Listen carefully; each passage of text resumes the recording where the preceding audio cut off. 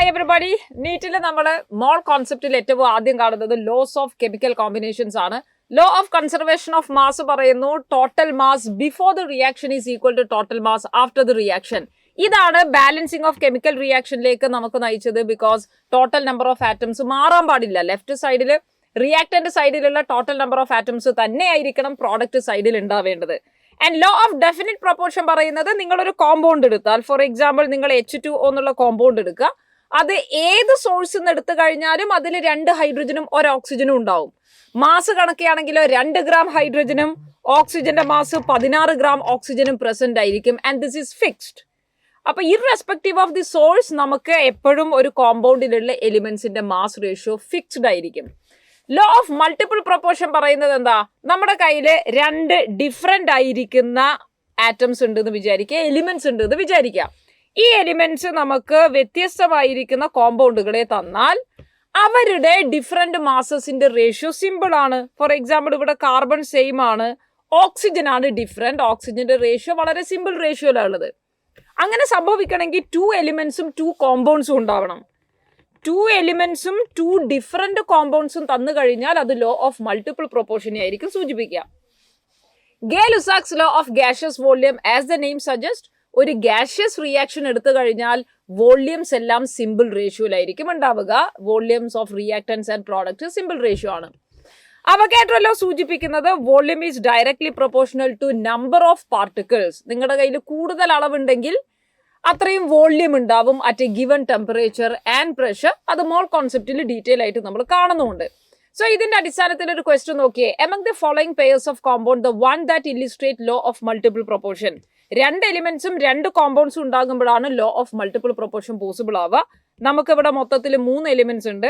1, 2, 3 elements are there. Carbon, sulphur, Fe, oxygen 4 elements ഉണ്ട്. And 2 elements 2 different compounds തന്നതുകൊണ്ട് D ആണ് answer. Dalton's atomic theory ആണ് പിന്നെ നമ്മൾ ശ്രദ്ധിക്കേണ്ടത്. അതിൽ അദ്ദേഹം കുറെ പോസ്റ്റ്ലേറ്റ്സ് പറഞ്ഞിട്ടുണ്ട്. മാറ്റർ ഏറ്റവും ചെറിയ ആറ്റംസ് എന്ന പാർട്ടിക്കിൾസ് കൊണ്ടാണ് ഉണ്ടാക്കിയിരിക്കുന്നത്. ആറ്റംസിന്റെ റീഅറേഞ്ച്മെന്റ് ആണ് നടക്കുന്നത്. ആറ്റംസ് സിമ്പിൾ റേഷ്യോയിൽ കമ്പൈൻ ചെയ്തിട്ടാണ് കോമ്പൗണ്ടുകളൊക്കെ തരുന്നത്. അങ്ങനെ എല്ലാ ലോസ് ഓഫ് കെമിക്കൽ കോമ്പിനേഷൻസും പറയാൻ പറ്റി, പക്ഷേ ലോ ഓഫ് ഗാഷ്യസ് വോളിയം പറയാൻ പറ്റിയില്ല. അതിന്റെ അടിസ്ഥാനത്തിലുള്ള ക്വസ്റ്റ്യൻ ആണ്. ഏതാണ് ഇതിന് ഡ്രോബാക്ക് ആയിട്ട് വന്നിരിക്കുന്നത്? 2025 നീറ്റിന്റെ ചോദ്യമായിരുന്നു. മോൾ കോൺസെപ്റ്റിൽ 1 മോൾ എങ്ങനെയാണ് നമ്പർ ഓഫ് മോൾസ് കാൽക്കുലേറ്റ് ചെയ്യുക എന്നുള്ളത് ശ്രദ്ധിക്കണം. 1 mole Avogadro number of particles ആണ്. ആൻഡ് അതിന്റെ മാസ് ആറ്റംസ് ആണ് കൺസിഡർ ചെയ്യുന്നതെങ്കിൽ GAM ഗ്രാം അറ്റോമിക് മാസും, മോളിക്യൂൾ ആണ് കൺസിഡർ ചെയ്യുന്നതെങ്കിൽ മോളിക്കുലർ മാസും ആയിരിക്കും ഉണ്ടാവുക. നിങ്ങൾക്ക് ഡിഫറെന്റ് ആയിരിക്കുന്ന പാരാമീറ്റേഴ്സ് തന്നാൽ എങ്ങനെ നമ്പർ ഓഫ് മോൾസ് കാണും? If it is mass, it's mass by molar mass. Number of particle ആണെങ്കിൽ number of particles by Avogadro number. STPയിലുള്ള വോള്യൂം ആണെങ്കിൽ വോള്യൂം അറ്റ് STP ബൈ 22.4. നമ്മുടെ കയ്യിൽ ഒരു മോളിക്യൂൾ ഉണ്ട് എന്ന് വിചാരിക്കുക, ഹൈഡ്രജൻ. ഹൈഡ്രജൻ മോളിക്യൂളിൽ എത്ര ആറ്റംസ് ഉണ്ടെന്ന് അറിയാൻ വേണ്ടി അറ്റോമിസിറ്റി വെച്ച് മൾട്ടിപ്ലൈ ചെയ്യണം. ഹൈഡ്രജൻ അറ്റോമിസിറ്റി 2 ആണ്. കാൽഷ്യം കാർബണേറ്റ് എന്ന മോളിക്യൂളിൽ നമുക്ക് ആ കോമ്പൗണ്ടിൽ എത്രമാത്രം ആറ്റംസ് ഉണ്ട് എന്ന് അറിയണമെങ്കിൽ കാൽഷ്യവും കാർബണും 3 ഓക്സിജനും മൊത്തത്തിൽ എത്രയാ? 1 കാൽഷ്യം 1 കാർബൺ 3 ഓക്സിജൻ. അവരുടെ അറ്റോമിസിറ്റി വെച്ച് നമ്മൾ അതിനെ മൾട്ടിപ്ലൈ ചെയ്യണം, എങ്കിലേ ടോട്ടൽ ആറ്റംസ് കിട്ടുള്ളൂ. So number of atoms is equal to number of molecule into atomicity. ഇതിന്റെ അടിസ്ഥാനത്തിൽ 1 മോളിന്റെ എല്ലാ പാരാമീറ്റേഴ്സും മനസ്സിലാക്കി കഴിഞ്ഞാൽ നമുക്ക് ഈ പ്രോബ്ലംസ് ചെയ്യാൻ പറ്റും. ഇവിടെ 1 ഗ്രാം ഹൈഡ്രജന്റെ മാസ് നമുക്ക് തന്നിരിക്കുകയാണ്. പ്രീവിയസ് ഇയർ ക്വസ്റ്റ്യൻ ആണ്, കഴിഞ്ഞ വർഷത്തെ ചോദ്യമാണ്. എങ്കിൽ ഇത് ഏതായിരിക്കും ഈക്വൽ ആയത് എന്നാണ് ചോദ്യം. മാസ് തന്നാൽ mass by molar mass formula വെച്ച് ചെയ്യുമ്പോൾ ഇതിന്റെ ആൻസർ കിട്ടും. അനദർ ക്വസ്റ്റ്യൻ 2025 നീറ്റിൽ വന്നിരിക്കുന്ന ചോദ്യമാണ്. സിമിലർ ടൈപ്പ് ക്വസ്റ്റ്യൻ നിങ്ങൾക്ക് എക്സ്പെക്ട് ചെയ്യാം. ഏതിലാണ് ഏറ്റവും കൂടുതൽ മാസ് വരിക, ഏതിലാണ് ഏറ്റവും കൂടുതൽ പാർട്ടിക്കിൾസ് വരിക, ഇവിടെ ഏതിലാണ് ഈക്വൽ നമ്പർ ഓഫ് ആറ്റംസ് എന്നാണ് ചോദിച്ചത്. ആറ്റംസ് കണ്ടുപിടിക്കണമെങ്കിൽ number of moles into atomicity ചെയ്യണം. എങ്ങനെ നമ്പർ ഓഫ് മോൾസ് മാസ് തന്നാൽ കണ്ടുപിടിക്കാം? മാസ് ബൈ മോളാർ മാസ് ചെയ്താൽ നമ്പർ ഓഫ് മോൾസ് കിട്ടും. ഇൻറ്റു അവഗാഡ്രോ നമ്പർ ചെയ്യുമ്പോൾ നമ്പർ ഓഫ് മോളിക്യൂൾസ് കിട്ടി. ഇൻറ്റു അറ്റോമിസിറ്റി ചെയ്യുമ്പോഴേക്ക് നമ്പർ ഓഫ് ആറ്റംസ് കിട്ടി. അങ്ങനെ സോൾവ് ചെയ്യുമ്പോൾ you get option B. Percentage composition and empirical ഫോർമുലയാണ് അടുത്ത ഭാഗം. നമ്മുടെ കയ്യിലൊരു കോമ്പൗണ്ട് തന്നാൽ, for example carbon dioxide തന്നാൽ, കാർബണിന്റെ പെർസെൻറ്റേജ് പറയുന്നത് എങ്ങനെയാ? കാർബണിന്റെ മാസ് ബൈ കാർബൺ ഡൈ ഓക്സൈഡിന്റെ മാസ് ഇൻറ്റു 100 ആണ്. So atomic mass of element into X divided by molecular mass or of compound into 100 ആണ്. എക്സ് എന്നുള്ളത് നമ്പറിനെയാണ് സൂചിപ്പിക്കുന്നത്. ആ ചോദ്യമാണ് സ്റ്റേറ്റ്മെന്റ് ട്രൂ ഓർ ഫോൾസ് പറയണം. Percentage of nitrogen in urea is approximately 46.6%. യൂറിയയുടെ ഫോർമുല NH2CO NH2 ആണ്. മോളിക്കുലർ മാസ് എഴുതുമ്പോൾ 60 ആണെന്ന് കിട്ടും. സോ പെർസെൻറ്റേജ് ഓഫ് നൈട്രജൻ എങ്ങനെ കണ്ടുപിടിക്കും?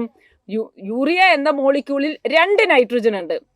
സോ നൈട്രജന്റെ മാസ് 14 ആണ്. 2 നൈട്രജൻ എടുക്കുമ്പോഴേക്ക് 28 കിട്ടും. സോ 28/60 ഇൻറ്റു 100 46.6 കിട്ടി. So that is true. Urea ionic compound ആണോ? അല്ല, കോവാലന്റ് കോമ്പൗണ്ട് ആണ്. സോ അങ്ങനെയുള്ള സ്റ്റേറ്റ്മെന്റ് ടൈപ്പ് ചോദ്യങ്ങൾ പറയാം. ഇനി പെർസെൻറ്റേജ് ഓഫ് കാർബൺ നമ്മൾ ഓർഗാനിക് കോമ്പൗണ്ടിലാണ് കൺസിഡർ ചെയ്യുന്നതെങ്കിൽ ഓർഗാനിക് കോമ്പൗണ്ടിന്റെ ഫോർമുലയൊന്നും തന്നില്ല. പകരം അത് കാർബൺ ഡൈ ഓക്സൈഡ് ആയിട്ട് എസ്റ്റിമേറ്റ് ചെയ്തിരിക്കുന്ന കണക്കാണ് പറഞ്ഞത്. എങ്കിൽ 12/44 into mass of carbon dioxide by mass of organic compound into 100 എന്ന് എടുക്കണം. ഇത് നിങ്ങൾക്ക് ഓർത്ത് വെക്കുന്നതിന് വേണ്ടി 27.27 into mass of carbon dioxide by mass of organic compound എന്ന് ഓർമ്മിക്കാം. ബിക്കോസ് ഈ പറയുന്ന വാല്യൂ 27.27 ആണ്. സിമിലർലി നമ്മൾ ഹൈഡ്രജനെയാണ് എസ്റ്റിമേറ്റ് ചെയ്യുന്നത്. കോമ്പൗണ്ടിന്റെ മോളിക്കുലർ ഫോർമുല തന്നില്ല എങ്കിൽ എത്ര ഹൈഡ്രജൻ ഉണ്ടെന്ന് അറിയില്ലല്ലോ.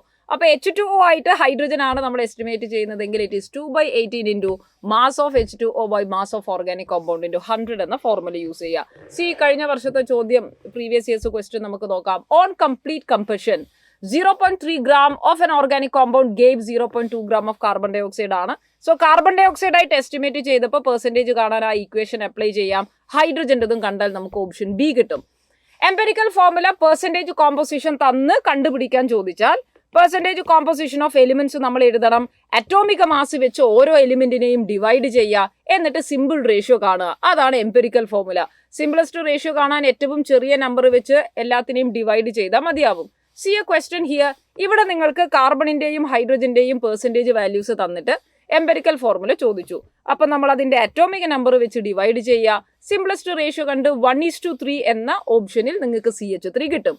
ഇനി എംപെരിക്കൽ ഫോർമുല തന്ന് മോളിക്കുലർ ഫോർമുല കണ്ടുപിടിക്കാനാണെങ്കിലോ MF is equal to EF into molecular mass by empirical formula mass ചെയ്യാം. ഫോർ എക്സാമ്പിൾ, നമുക്കിവിടെ CH2O എന്ന എംപെരിക്കൽ ഫോർമുല തന്നു.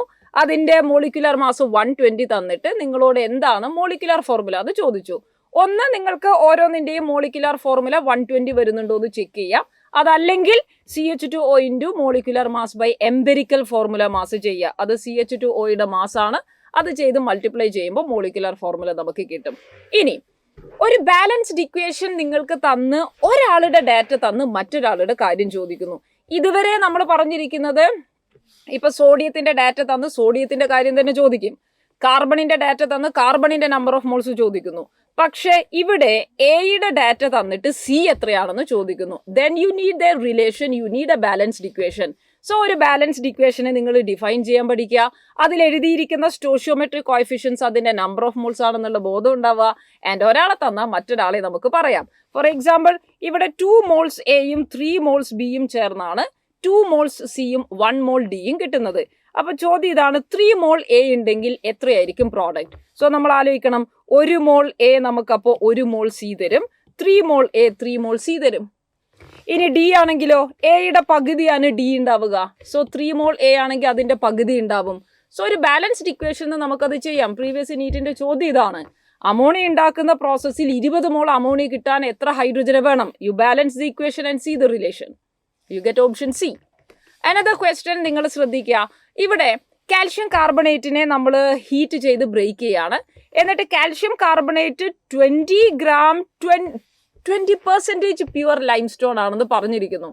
എങ്കിൽ എത്രയാണ് നിങ്ങൾക്ക് കാർബൺ ഡൈ ഓക്സൈഡിന്റെ മാസ് ഉണ്ടാവുക എന്ന് പറയണം. ഇങ്ങനെ വരുന്ന ചോദ്യത്തിൽ നിങ്ങൾ ശ്രദ്ധിക്കേണ്ടത് ബാലൻസ്ഡ് ഇക്വേഷൻ നോക്കുന്നു. നമുക്ക് കാർബൺ ഡൈ ഓക്സൈഡിന്റെ മാസ് കിട്ടണമെങ്കിൽ number of moles of carbon dioxide into അതിന്റെ മോളാർ മാസ് 44 ചെയ്യണം. എങ്ങനെയാണ് കാർബൺ ഡൈ ഓക്സൈഡിന്റെ നമ്പർ ഓഫ് മോൾസ് കിട്ടുക? കാൽഷ്യം കാർബണേറ്റിൽ നിന്നാണ് കിട്ടുക. ഒരു കാൽഷ്യം കാർബണേറ്റ് മോൾ ഒരു കാർബൺ ഡൈ ഓക്സൈഡ് മോളിനെയാണ് തരിക. So number of moles of carbon dioxide is equal to number of moles of calcium carbonate. Mass of calcium carbonate തന്നാൽ നമുക്ക് നമ്പർ ഓഫ് മോൾസ് കാണാൻ മാസ് ബൈ മോളാർ മാസ് ചെയ്യാം. പക്ഷേ ഇവിടെ 20% pure limestone ആണ്. So ആ സാമ്പിളിന്റെ 20% മാത്രമേ കാൽഷ്യം കാർബണേറ്റ് ഉണ്ടാവുള്ളൂ.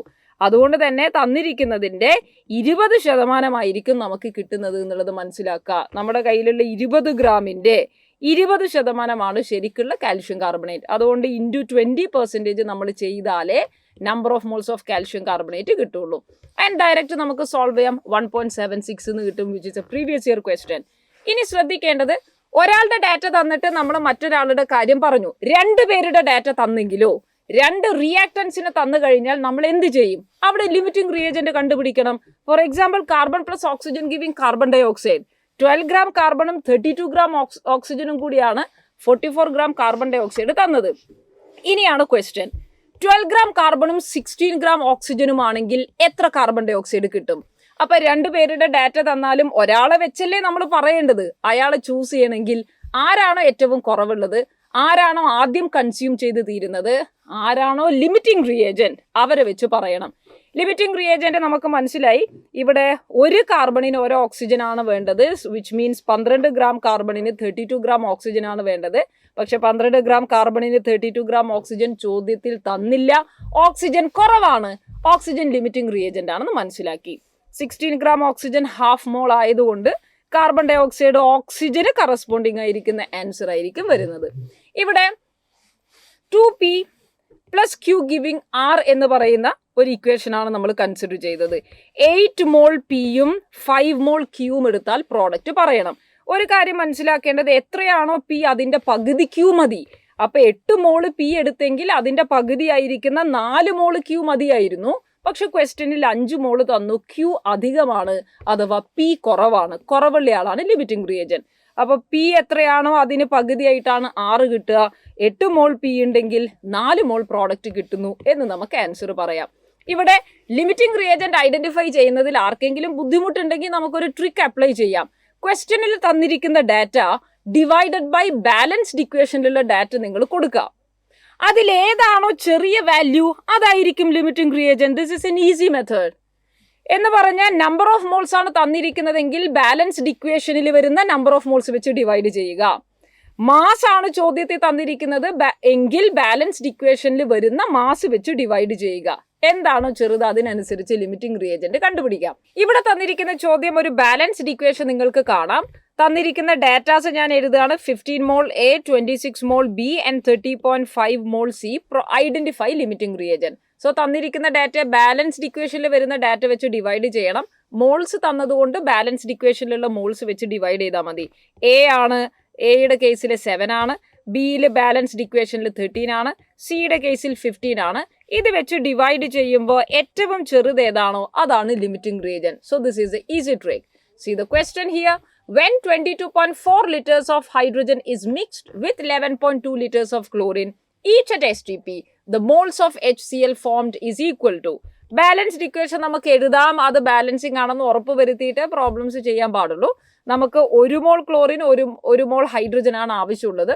ബട്ട് ക്വസ്റ്റ്യനിൽ 22.4 ലിറ്റേഴ്സ് ഓഫ് ഹൈഡ്രജൻ എന്ന് പറഞ്ഞാൽ 1 മോൾ ആണ്. ഓഫ് കോഴ്സ് നമുക്കത് STP 22.4 ലിറ്റേഴ്സ് 1 മോൾ ആണെന്ന് അറിയാം. 1 മോളും 11.2 ലിറ്റേഴ്സ് ഹാഫ് മോളും ആണ് തന്നിരിക്കുന്നത്. സോ നമ്പർ ഓഫ് മോൾസ് കാണുമ്പോൾ തന്നെ മനസ്സിലായിട്ടുണ്ട് നമുക്ക് ലിമിറ്റിംഗ് റിയേജന്റ് ക്ലോറിൻ ആണ്. ക്ലോറിന് കറസ്പോണ്ടിങ് ആയിരിക്കുന്ന പ്രോഡക്റ്റ് ആണ് നമുക്ക് കിട്ടേണ്ടത്. 1 ക്ലോറിൻ ഇരട്ടി HCl തരും. സോ ഹാഫ് മോൾ ക്ലോറിൻ ആണ് എടുക്കുന്നതെങ്കിൽ HCl അതിന്റെ ഇരട്ടി 1 മോൾ ആയിരിക്കും എന്ന് പറഞ്ഞ് നമുക്ക് ഈ ആൻസർ പറയാം. ഓക്കെ, സോ ഇങ്ങനെയാണ് മോൾ കോൺസെപ്റ്റിലുള്ള എല്ലാ കാര്യങ്ങളും നമ്മൾ ശ്രദ്ധിക്കേണ്ടത്. And I hope you know all these concepts and go through all these questions. I wish you all the very best for your 2026 NEET. Thank you.